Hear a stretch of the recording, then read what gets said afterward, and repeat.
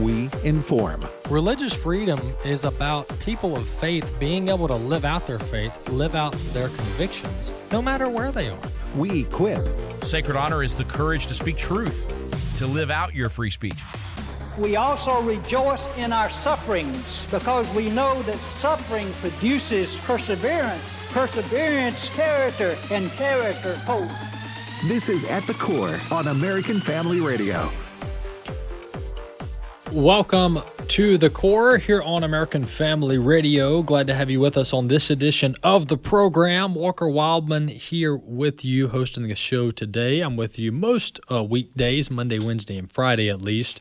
And Rick Green, America's Constitution coach, is with you on Tuesdays and Thursdays. So glad to have you here on the program today. We got a jam-packed edition of The Core, and you're not going to want to miss it. We'll have Chris Woodward in with us in the last segment of the program today. But until then, you have me the next two segments. We're going to break down the latest of the election. If you want an honest perspective about the next 15, 16, 17, 18 days, then that's what you're going to have here. And you're also going to get some actual statistics as far as how this election is trending and what needs to happen for things to be maintained, or what needs to change for a difference to occur compared to what's going on now as far as the trend goes. Before we discuss all things 2024 election, let me cover our scripture for the week. We're in Psalm 132, looking down in verse 13. For the Lord has chosen Zion, he has desired it for his habitation. And that's fitting at all times, but it's also fitting with what's going on in Israel. And Israel just announced in recent days that they eliminated the political leader, the Hamas leader, in Gaza. One of the major Hamas leaders within Gaza. Israel neutralized him in recent days, which was a big, big milestone for the Israeli military. And we're still awaiting an Israeli retaliatory strike on Iran. We'll see how that progresses over the coming days. Our coverage of the election is going to take place live on November 5th, the evening of Election Day. We're going to have live coverage here on American Family Radio beginning at 6 p.m. Central. We're going to go late into the evening, possibly early into the wee hours of Wednesday morning, covering the election live, breaking down the results state by state. That's going to be here on American Family Radio, and we're also going to live stream the video on stream.afa.net, stream.afa.net, and on all of our AFR social media channels. So AFR Facebook, AFR X, and AFR YouTube. We're going to be live streaming the video on those social platforms as well. And of course, you can get the audio on the AFR app. So we're going to pretty much put it on all the major platforms so you can get it at your fingertips. And hopefully we'll have tens of thousands, if not hundreds of thousands, tune in throughout the evening and listen to the election coverage here on American Family Radio. So you won't want to miss that coming up on the evening of the election, November 5th. Also, all things election are available at iVoterGuide.com, iVoterGuide.com, iVoterGuide.com. Last kind of housekeeping item, and then we'll jump into some of the headlines. I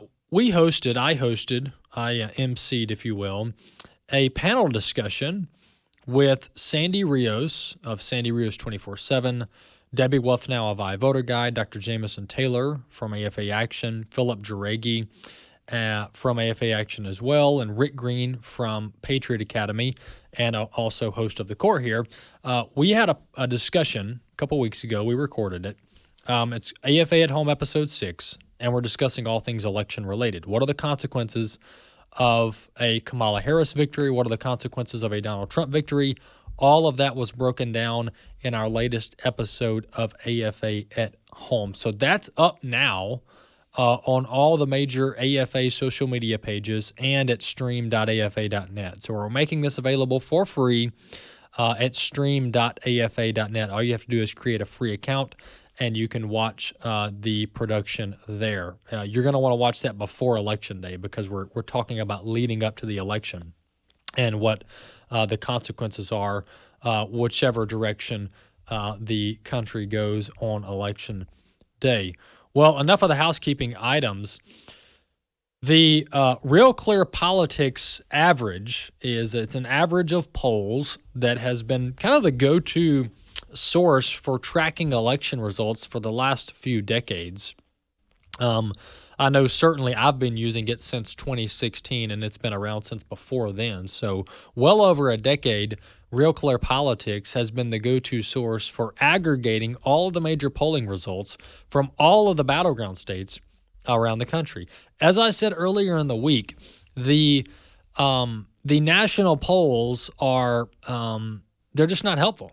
All right, they're just not helpful because these elections come down to battleground states. It's called the Electoral College. The Democrats want to abolish the Electoral College. Tim Walz said it just the other day. They want to abolish the Electoral College. But the reality is the Electoral College is still in place. It's a critical component of our elections to make sure that the balance of power is maintained fairly in our country and is not taken over by major population centers. And so the Electoral College is obviously still in place, and that's what matters when you're talking about winning national elections at the presidential level. You have to win the Electoral College. So with that being said, and we're gonna play some of the clips from Kamala Harris's interview with Bret Baier here shortly, but President Trump is up now for the first time ever this has happened, even going back to 2015, 2016. President Trump is up in 7 of the 7 battleground states when it comes to the Real Clear Politics average. He's up in 7 of the 7. Last week he was up in 6 of the 7. His best showing historically on this was in 2016, and he was up in 2 of the 7, and he won that election against Hillary Clinton. So President Trump is now up in 7 of the 7 states around the country when it comes to the battleground states: Arizona, Nevada, Wisconsin, Michigan, Pennsylvania, North Carolina, and Georgia. So that's an interesting development just out in the last 24 hours. First time ever President Trump is up in 7 of the 7 battleground states going into Election Day. Let's jump to this interview that Kamala Harris did with Bret Baier on Fox News. We're going to try to do our best and do this in chronological order, and then in the next segment we'll put a bow on it. But to start out, Bret Baier asked her to explain why, when she first realized that Joe Biden was declining from a cognitive vantage point. When did you first notice that Biden basically wasn't on his A game mentally? This is going to be clip 3. Let's listen.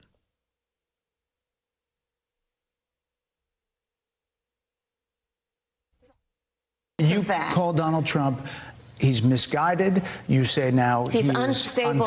He is unstable, Brett. He's not well. You say he's mentally not stable. He's not stable. Let me ask you this. You told many interviewers that Joe Biden was on his game, that ran around circles on his staff.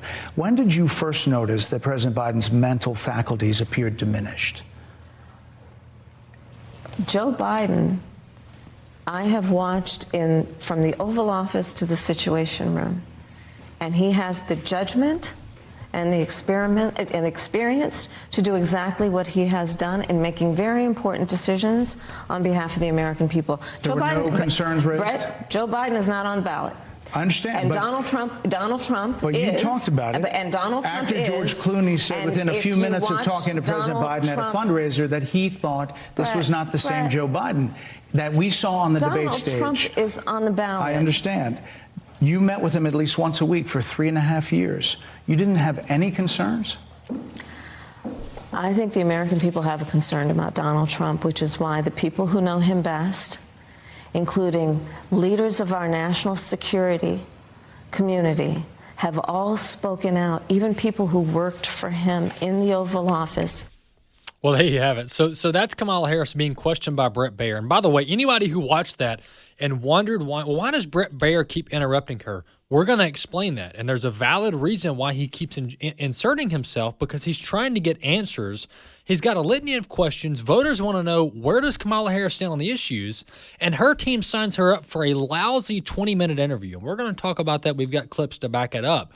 But this was set up in a manner that Bret Baier was going to have a very difficult time getting actual answers on the issues of the day from Kamala Harris. Her team intentionally set Bret Baier up to basically fail at getting questions out and answers in that the voters need. But Kamala Harris completely dodges the answer there, dodges the question, won't answer when she noticed the cognitive decline of Joe Biden. And remember, the entire media establishment turned on Joe Biden within a matter of 24 to 36 hours and forced him to drop out of the race just like that in the blink of an eye.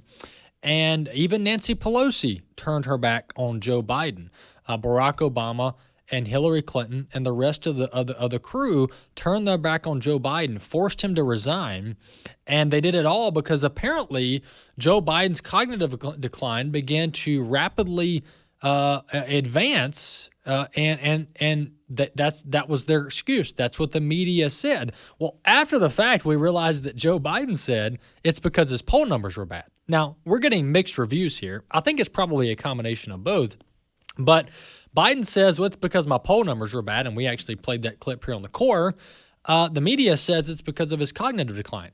So which one is it? I don't know. Probably a combination of both. But nonetheless, Kamala Harris wouldn't answer the question. Imagine that, about when she noticed President Biden's well-known, well-publicized cognitive decline in the last few months. Completely wouldn't answer that question, and actually tries to pivot to President Trump, who for 78 years old actually is on his A game, impressively so.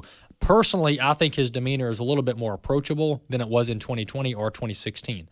That's just an anecdotal assessment. President Trump seems more relaxed, more cool, more cordial with some of these hostile hosts and these hostile interviewers than even he did in past cycles. One more clip, at least this segment, and then we'll play some in the next segment. Kamala Harris was questioned about her Department of Justice's approach of how to handle political opponents and people you disagree with. And then, of course, she immediately turns it on Donald Trump. But listen to how loud she has raised her voice, how flustered she is when talking about Donald Trump supposedly going after his political opponents. Clip 5.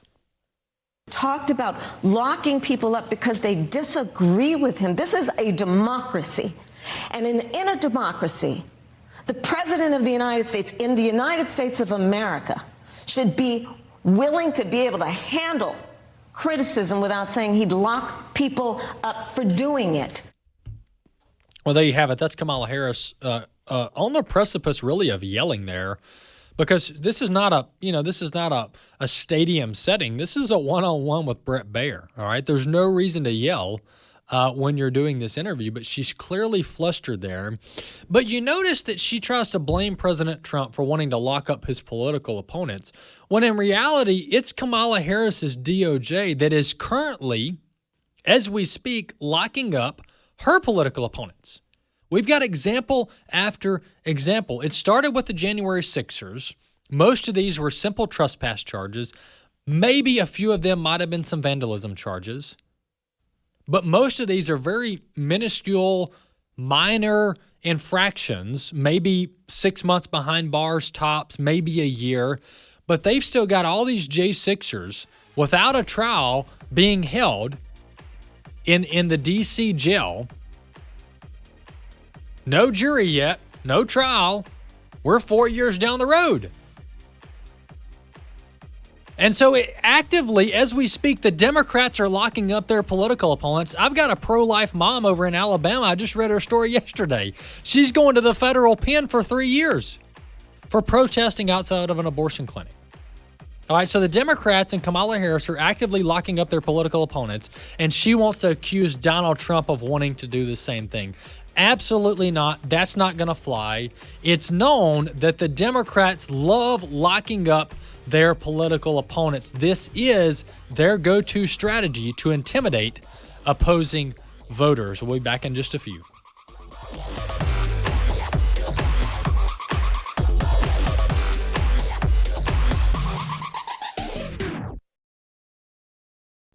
As a nurse, I primarily work with children who are abused and exploited in trafficking, and I frequently see very unfair situations.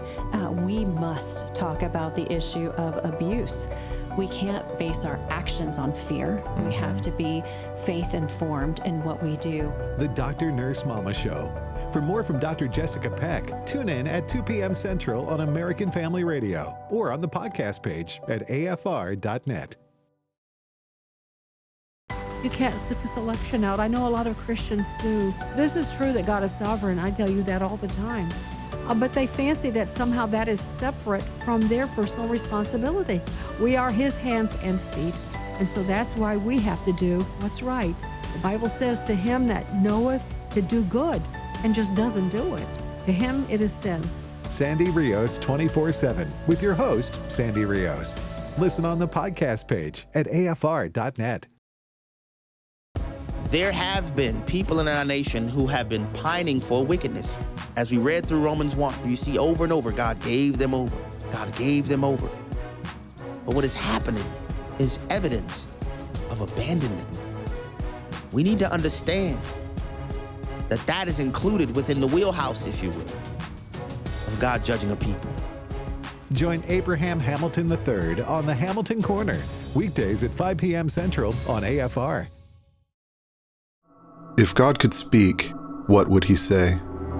The Bible subjects itself to historical verification. He says, we saw this. We go to the Bible wanting to hear what the living God has to say to us. When God speaks, what does he say? The God Who Speaks. Visit thegodwhospeaks.org. At the Core podcast are available at afr.net. Now, back to At the Core on American Family Radio. Welcome back to the second segment of today's program, and we're really covering all things election 2024. We'll have Chris Woodward of American Family News here in the studio here shortly in a little bit in the next segment, and we'll break down some of the top stories from AFN, probably most of them election-related. But in the last segment, we covered the Kamala Harris interview with Bret Baier. It was an unmitigated disaster. And there's really only two reasons at this juncture, really only one, but we'll give out two. There's two plausible reasons that Kamala Harris would dare to do a sit-down interview with anyone from Fox News. And here are the two possible reasons. It could be that Kamala Harris is leading so much, and she's so confident, and she handles interviews so well, even hostile ones, that she's comfortable going into an environment that is known to be conservative at Fox News and do a sit-down interview 2 weeks out before the election. All right, that's one plausible explanation. And of course, we know that's likely not true because Kamala Harris isn't very comfortable doing interviews, especially not hostile interviews. The other option for why on earth Kamala Harris went to Fox News and did a sit-down interview with Bret Baier is because she is underwater so much with voters in the battleground states, including Pennsylvania, that this was a last-ditch effort to reach independence and turn the election in her favor as we are really under 3 weeks out for the election. I think it was the latter. All right. When you look at all the available evidence, Kamala Harris is clearly underwater. Donald Trump is up in all 7 battleground states, according to Real Clear Politics. The only reason Kamala Harris would go into an environment like Fox News, all right, is because she is underwater so much that they don't know what other options are on the table. They don't know what other options are on the table. And I believe that's the most plausible explanation. Not to mention she's been under tremendous heat for not doing sit-down interviews. But to make matters worse, this was probably one of the most disingenuous attempts at reaching over the aisle and doing a sit-down interview with a hostile media outlet or I would say a more fair media outlet in Fox News, because Kamala Harris's team, they rigged this whole thing so that she would perform the best she could possibly perform, and she still did absolutely terrible because she wasn't providing substantive answers. And it's clear she got very frustrated when she was pressed on issues like the economy, the border, and foreign policy. And to prove my point, Brett Baer actually, after the interview, gave us kind of a glimpse behind the scenes as to how all of this played out. And Kamala Harris was about 15 minutes late. The vice president was about 15 minutes late, roughly. The interview was set to start at 5 Eastern. They were in Pennsylvania, in a battleground state. And Kamala Harris didn't walk in the door till 5:15. Brett Baer has to turn this interview around before 6 o'clock Eastern to get it on Fox News. All right, so we're talking about, after the interview, you're talking about a 15 to 20-minute turnaround. And in the television world, folks, that is fast. That is fast stuff because you're talking about editing, post-production, etc. So this was already a very tight time frame, okay? So Kamala Harris's team, they showed up 15 minutes late. But before they showed up 15 minutes late, here was the backdrop, all right? They told Brett Baer at first that he could go about 25 to 30 minutes, okay? And that was assuming they showed up on time. Show up at 5, go till 5:30, do a wrap, boom, turn it around by 6 o'clock Eastern on Fox News. Well, not only did they show up at 5:15, but when they showed up, they said, yeah, we might be able to go 20 minutes. We might be able to go 20 minutes. All right, so this entire thing was a controlled, very controlled environment and was set up in a way that there really wasn't enough time to go deep on any issue in the interview unless you want to spend the entire interview on one subject. 20 minutes in the interview arena is not very long, especially when you're talking about a presidential candidate. These segments on this show run about 15 to 17 minutes, depending on what segment you're looking at, and that flies. You hardly get into more than one or two topics in a 15 to 20-minute interview. Brett Baer just uncovered how late Kamala Harris was when he was doing kind of an after-action report on Fox News in the 6 o'clock hour. So let's listen to Brett Baer, clip 2. You know, when the kicker in football, they call a timeout right before he's going to kick the field goal. They're icing the kicker. So we were supposed to start at 5 p.m. This was the time they gave us. Originally, we were going to do 25 or 30 minutes. They came in and said, well, maybe 20. So it was already getting whittled down. And then the vice president showed up about 5:15. We were pushing the envelope to be able to turn it around for the top of the 6 o'clock. So that's how it started. And I could tell when we started talking that she was going to be tough to redirect without me trying to interrupt. I did this with President Obama. At one point, I just said, Mr. President, I know you like the filibuster. I just didn't even have the chance to sometimes redirect in those ways. I had a lot of other questions. Well, there's Brett Baer uncovering two facts here. The fact that Kamala Harris's team and the vice president herself showed up 15 minutes late to an interview that was only supposed to last 30 minutes. And then they cut down the time from 30 to 20 when they showed up. And it was very evident towards the end of the interview that Brett Baer was being flagged down by her staff. And we'll play that clip here in a little bit. But how do you – this is a ghost candidate. You know, in politics, we've talked about ghost nominees, right? These are Supreme Court or executive branch nominees that there's just not really a deep history on. Well, Vice President Harris is in many ways a ghost candidate. She's a ghost nominee. And she, in some ways, she is a ghost candidate, and in some ways she's not. So I may be contradicting myself, but let me expound on that. So Vice President Harris really won't definitively state what her positions are. She'll say kind of what she will do and what she won't do, but it's from a very 30 to 40,000 foot level. But we know Kamala Harris's past, and this is the good thing about voters. For voters, is what we do. She does have a history. So some ghost nominees and ghost candidates, they really don't have a history at all, at least not a history that's publicly reportable.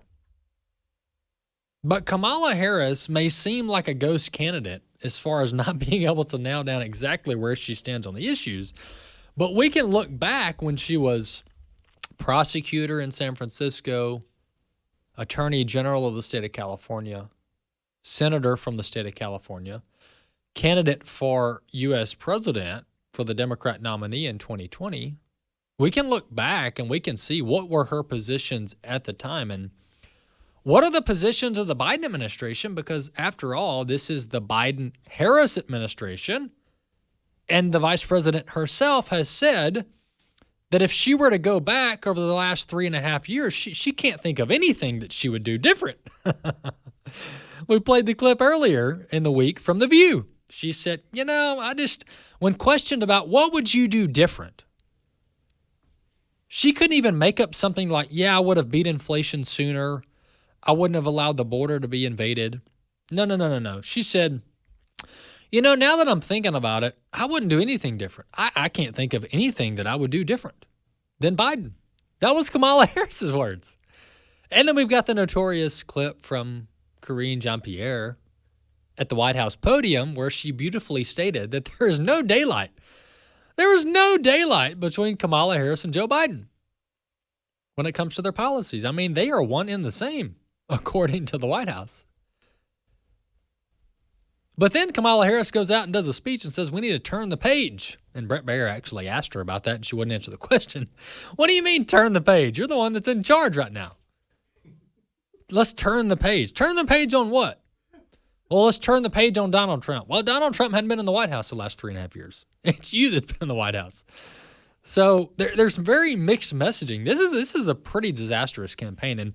And Bobby, if you'll remind me, I need to bring in the clips after Election Day where I just said if Donald Trump will just kind of step back a little bit, Kamala Harris, everything she touches burns. And this campaign will burn to the ground in due time. And we're really watching that before our very eyes. But maybe one day we'll do kind of a flashback show, bring in some old clips of the core and some predictions that I made when it comes to this campaign cycle.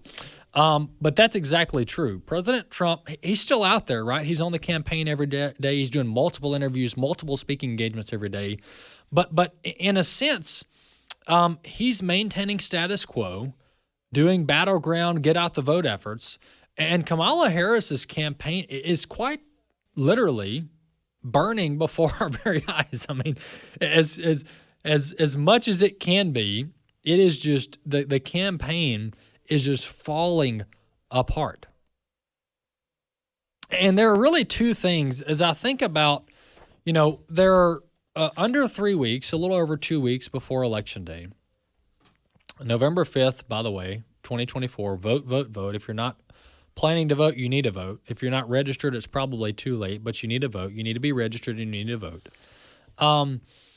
But there are really two things that need to be watched as we head into Election Day when it comes to how does President Trump maintain what he has going, okay? The first thing is that President Trump must, and I'm just purely analyzing this from an opinion vantage point, all right? I'm not endorsing candidates. I'm not telling you who to vote for. I'm just telling you, as a news analyst, as an opinion talk show host, this is what needs to happen for the Trump campaign to continue their momentum and really take this to victory from an electoral college vantage point. If Republicans can do better in early voting than they did in 2020, which isn't hard to do, right? Increase your early voting turnout amongst Republican voters between now and Election Day. If that can happen, plus maintain Election Day turnout compared to 2020 numbers, really those two things are a recipe for victory for the Republicans and the Trump campaign. So slightly, even if it's only 1%, 2%, 3%, increase your early voting turnout amongst the Republican Party voters and maintain your Election Day vote out, which is always historically good for Republicans. Republicans always turn out on Election Day to vote en masse. Maintain those two things, you're talking about a 2%, 3%, 7% vote victory in some of these battleground states for President Trump. And one other thing before we head towards the end of this segment.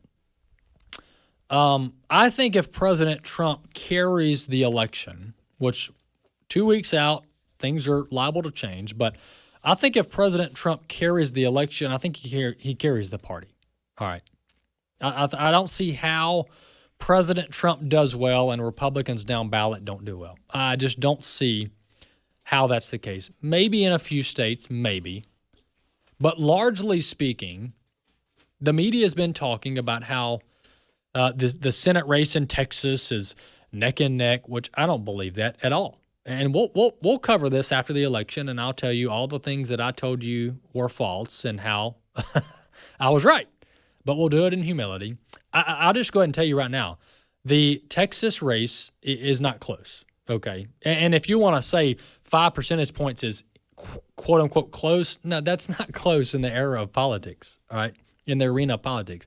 5% is not close. It may be uncomfortable in a state like Texas. It is absolutely not considered close. 1, 2, 3% might be close, but not 5%. I don't think Ted Cruz is going to have any problem in that Senate race over in Texas. Remember they said Beto O'Rourke was going to beat Cruz, and he lost by like 5 or 7 percentage points, which is a lot, okay? Considering the amount of money that is being poured into Texas to beat Ted Cruz. But I think if President Trump does well, I think he carries the Republican Party. As far as the House goes, with all the gerrymandering going on, I think the House is probably going to be pretty close. And when I say pretty close, probably within 10 to 20 seats. All right, probably within 10 to 20 seats, probably closer to 10 as opposed to 20, because these districts are so gerrymandered to where it's very difficult to flip seats. All right, very difficult to flip seats. But nonetheless, I think if President Trump does well, I think he does carry the Republican Party pretty much across the board, with the exception of maybe a few congressional districts or states when it comes to statewide office. The last thing I'll say is the Democrats, they don't know how to lose well. They don't know how to lose well. And that's something we need to be prepared for as well. One more clip. This is Brett Baer telling us how Kamala Harris's team intervened early to stop this interview. Clip 4. Madam Vice President, and they're giving me a hard rap Well, here. I thank you for the time. I thank you for the time. It's good to meet you. Thank you very much. Thank you. Brett Baer saying live on the air or during the interview, Madam Vice President, your team is giving me a rap here. They're giving me a hard rap here, and we're going to have to wrap this up. All right. And when you're watching this interview, I would encourage people to watch the entire thing. It's only about 26 minutes. So it's not a lot to consume here. Not a lot really going on in the interview other than Kamala Harris not answering the questions. But towards the end, at about the 20, 21-minute mark, Brett Baer keeps turning his head away from the vice president. And that's because, according to Brett Baer, Kamala Harris's team's in the background, 4 people flagging down Brett Baer, telling him to wrap up the interview. I mean, he said they were flailing in the back of the room, telling Brett Baer to wrap up the interview. And so this was a whoever's idea it was in the Kamala Harris campaign to send her to Brett Baer on Fox News ought to be fired yesteryear. Terrible idea. But, I can't really blame them. What else are you going to do? You're underwater in every battleground state. The favorability, the unfavorability, is at about 70%. 70% of Americans think that the country's on the wrong track. And guess who's in charge? Kamala Harris and Joe Biden. We'll be back in a few. The Stand provides a Christian perspective on current issues that are important to your family. Produced by the American Family Association, this monthly magazine is full of articles and stories about people who are making a difference in their community and around the world. Sign up today and receive a free 6-month subscription. Visit thestand.net or call 1-800-326-4543. Started playing basketball at 9 years old. I ended up having teammates that were my teammates all the way up through high school. And the Lord began to challenge me. Abe, you're a Christian, but have you ever shared the gospel with your teammates? I began to realize, no, I hadn't. What I'm saying is that God moved me to be concerned beyond me. It is impossible for you to be truly born again, yet you remain unconcerned about the people around you. Tune in to the Hamilton Corner, weekdays at 5 p.m. Central on American Family Radio. Are you being honest and dependable in your personal money matters? Honesty is one of the first things Jesus requires of new believers. When some tax collectors approached Jesus to be baptized, they asked, "Teacher, what shall we do?" And he said to them, "Collect no more than what you have been ordered to." You need to be honest to be effective for God's kingdom work. Tune in to Faith and Finance with Rob West, weekdays at 9 a.m. Central on American Family Radio. Whether it's a story about prayer in public schools or battles for biblical truth within our denominations, the American Family News Network is here to tell you what the newsmakers are saying. We are starting to see a rebellion against corporate America's endorsement, coddling of the LGBTQ agenda. The American Family News Network is comprised of news anchors and editors that team up to bring you news from a Christian perspective. A TRO for non-legal types out there is basically just an emergency order that would have allowed Liam to go back to school wearing the t-shirt he wants to wear. And again, that t-shirt says there are two genders. Not only can you listen to reports on the radio, but you can also visit afn.net for coverage of the latest headlines. Florida Governor Ron DeSantis out on the campaign trail was ready with an answer on the meaning of the word woke. American Family News, reporters you can trust. At the Core podcasts are available at afr.net. Now, back to At the Core on American Family Radio. Welcome back to the Core here on American Family Radio. Glad to have you with us in our last segment of the show.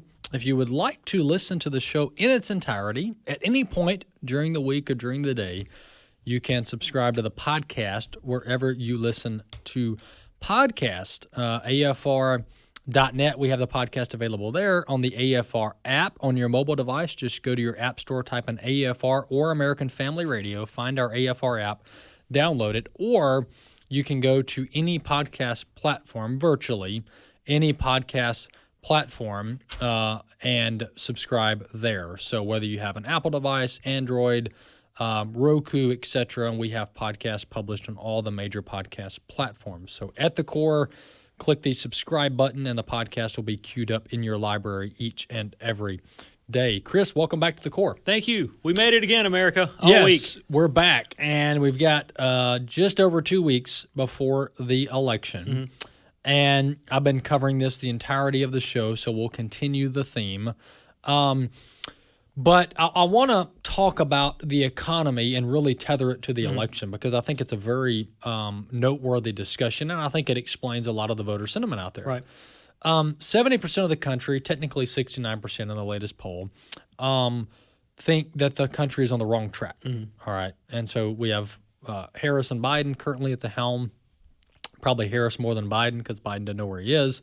But nonetheless, 70% of the country says we're on the wrong track. I think a lot of that has to do with the economy. Maybe not all. There's probably some foreign policy stuff in there and the border.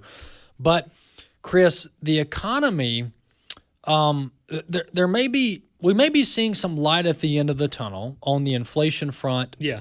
And some kind of settling of the volatility on the market front and the jobless front claims. But, Chris, we're far from pre-Biden-Harris levels of inflation, financial stability, things like that. So while things might be trending in the right direction in some categories, the consumers are still feeling it. Oh, yeah. Yeah. I mean, a box of brand name cereal, a carton of eggs, some milk, and, the everyday necessities, so to speak. They're cheaper today than they were a couple of months ago, but they're still more expensive than they were a couple of years ago. Absolutely. And you add all those on top of the other things. We're now in that part of the year where people are starting to crank the heat and smell the dust in the vents that's on fire. But, there's gas is still expensive. There's all kinds of things. And, yeah, you might be saving a few bucks when you go to the grocery store now, but you're still spending those dollars somewhere else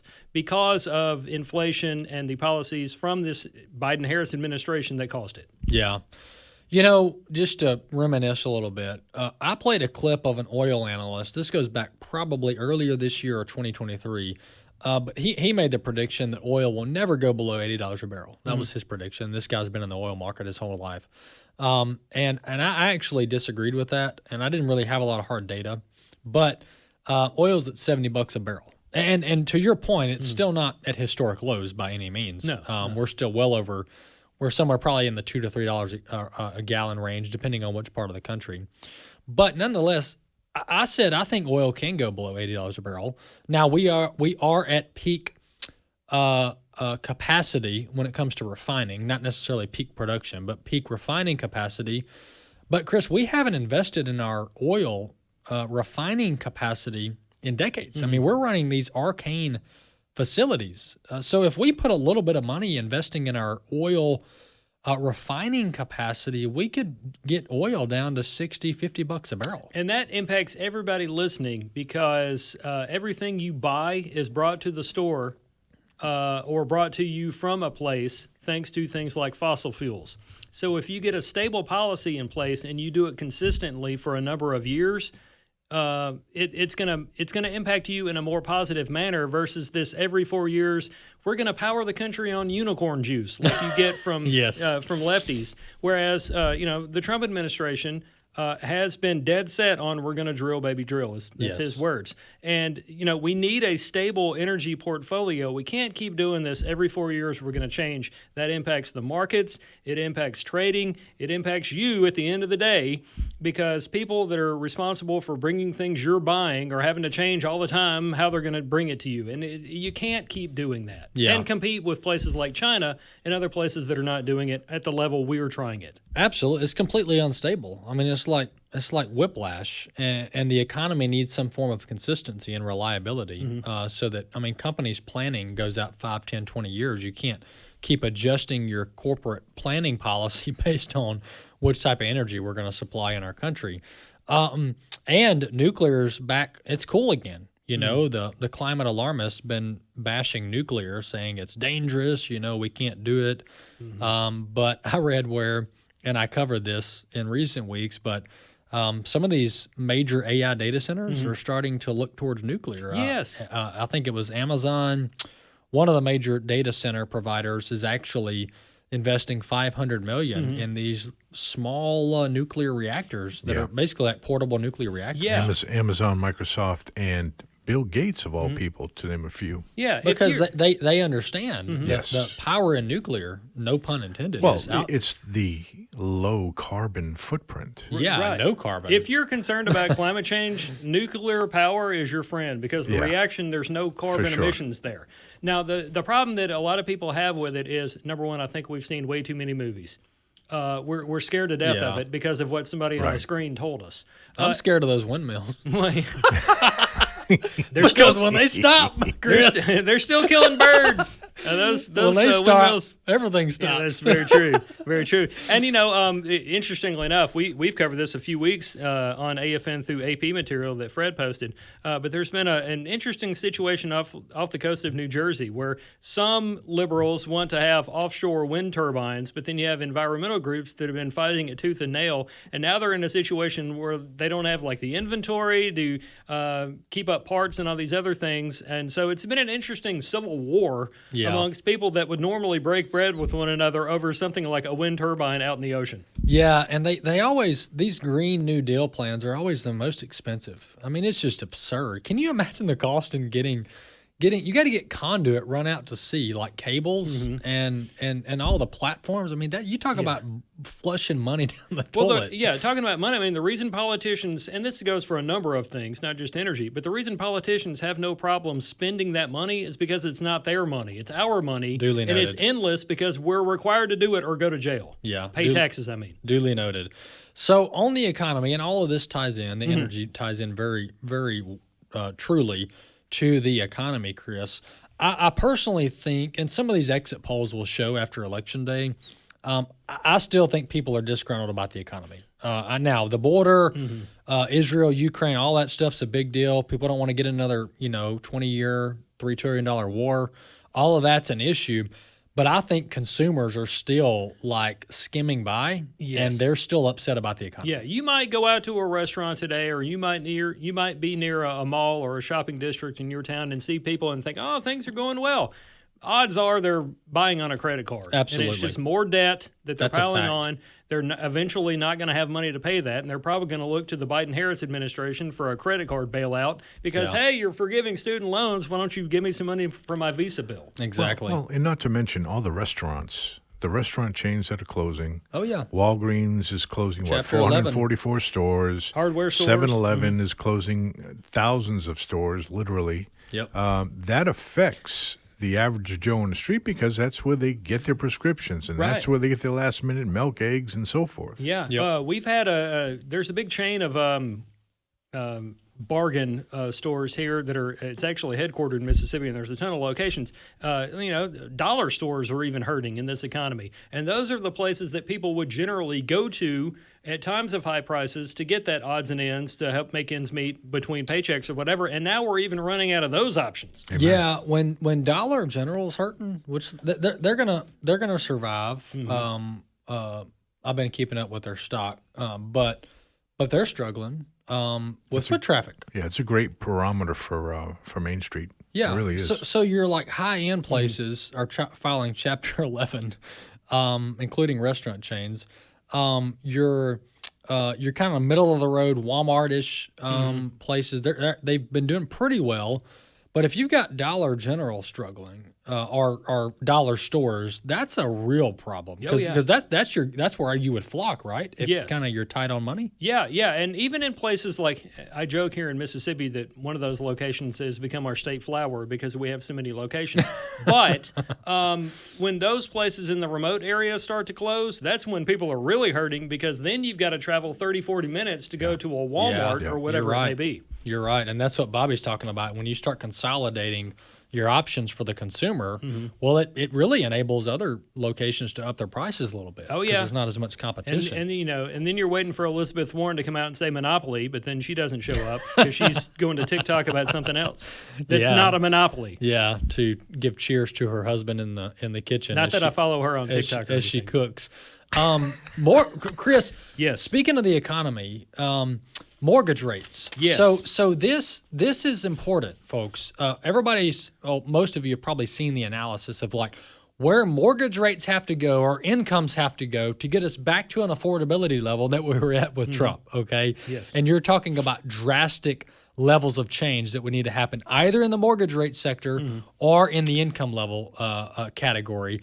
And right now, Chris, neither of that is happening. No. Yeah. Yesterday on our website, afn.net, we had this story, mortgage rates on the rise again. The average rate on a 30-year mortgage in the U.S. rose for the third week in a row, reaching its highest level in 8 weeks. The rate rose to 6.44% from 6.32% last week. That's according to data from Freddie Mac. A year ago, the rate averaged 7.63. So it's better than it was a year ago, but it's going up again. Yeah. And the last time the average rate was this high was August 22nd when it was 6.46%. What does this mean in English? One of the presidential candidates who was just on television this week talking about her plan and how she's a new way forward. Things are not going well while she's in a position of authority now, which is why people like Brett Baer say, okay, but like you're in position of power and the other guy's polling better, why people aren't choosing you. So all these things are the perfect storm for a candidate running for office claiming she's going to fix it when things are getting worse under her watch. Yeah, this, Chris, is going to, for example, a Trump economy, right? Trump is going to have to do some pretty drastic measures. Even, and not just in the first month or the first year, I'm talking about the entirety of the 4 years. If he gets that, he's going to have to do some drastic measures to begin to get us back to where we were. And you're not going to bring prices, I mean, you're not going to get prices to start coming down at any rate to get us back to pre-Biden levels. but can you get interest rates down and income levels up to begin to level things out? That's the only path forward here, but that's going to take some pretty drastic stimulation, and I'm not talking about more government spending. I'm talking about tax cuts. Oh, yeah. I mean, we're talking about at least a year, and that's being very optimistic. Like, let's say Trump's elected. 2025, things are not going to be hunky-dory. Right. They might be difficult through 2025, which, of course, the left is going to say, see, he promised all these things, and he didn't make it better. But it's going to take at least a year, maybe two. Yeah. And then whoever replaces him or tries to run after him in office is going to have to try to run on these things to continue them. So it's not going to be better. The reason people need to care about mortgage rates, a lot of people already own a home and they have a much better rate. So you should be thankful and praise God for that. But like, if mortgage rates are causing people not to buy homes, that means homes are not being built. That means the realtor's not making money. Because the realtor's not making money, he or she's not getting a lease on some kind of car from the car dealership down the street, which, oh, by the way, isn't selling cars because things are high or nobody wants their EVs that they have on the lot. All this stuff impacts everybody listening to my voice. Yeah, that's exactly right. And young couples that are fresh out of college or fresh out of high school or some kind of trade school, they're having trouble getting in these houses with the down payments because, you're asking them for $20,000, $30,000, $40,000 out of pocket. And unless you've been saving up or you've got, family to help, which there's no shame in that, young families are having trouble getting into houses. Well, and Vice President Harris has a plan in which she says that she's going to give people $25,000 to put towards a house. Now, that's not 10% of a home. So good luck even making that work. Not to mention it's highly inflationary. Well, and you know good and well that some people selling a home are just going to raise their price by $25,000, knowing the person next to them or wanting to move into their neighborhood now has $25,000. Duly noted. That they already paid for through their taxes. Well, they did that with EVs too. Mm-hmm. Yeah. That's $7,000 plus. Tax credit. The way you do this, when we're talking specifically the housing sector, is you lower rates. And I'm not saying we have to have 1% to 2% rates, but 4% mortgage rates are reasonable, right? They're not highly inflationary, and you increase inventory. And I actually played a clip Wednesday of J.D. Vance kind of talking about how we've got 25 million illegals in our country, and they're using up our housing. Yeah. So we wonder why there's no inventory, because we got 25 million illegals buying and renting and leasing houses that Americans ought to be living in. Right. So that might help supply if we start deporting illegals, and I mean that seriously. Thanks, Chris. Thank you. All right, folks, afn.net, afn.net. The next 2 weeks are going to be interesting. And vote, as it's a Christian duty to be a good steward of that which God has entrusted us. We all need to vote. We'll see you next time.